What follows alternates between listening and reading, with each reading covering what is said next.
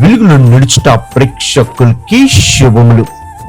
శ్రమ దినాల్లో సిలువను ధ్యానము చేయుచుండగా సిలువ యొక్క విలువను మనం అర్థం చేసుకోవాలి.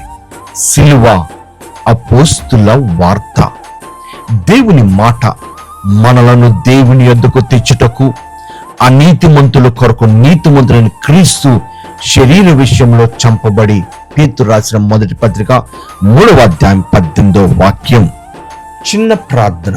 దేవా, ఈ లోకంలో జీవిస్తున్న సర్వ మానవాన్ని నీ తట్టు త్రిప్పడానికి, నీ దరి చేరడానికి ప్రభా, నీతిమంతులైన క్రీస్తు చనిపోయింటున్నాడు ప్రభా.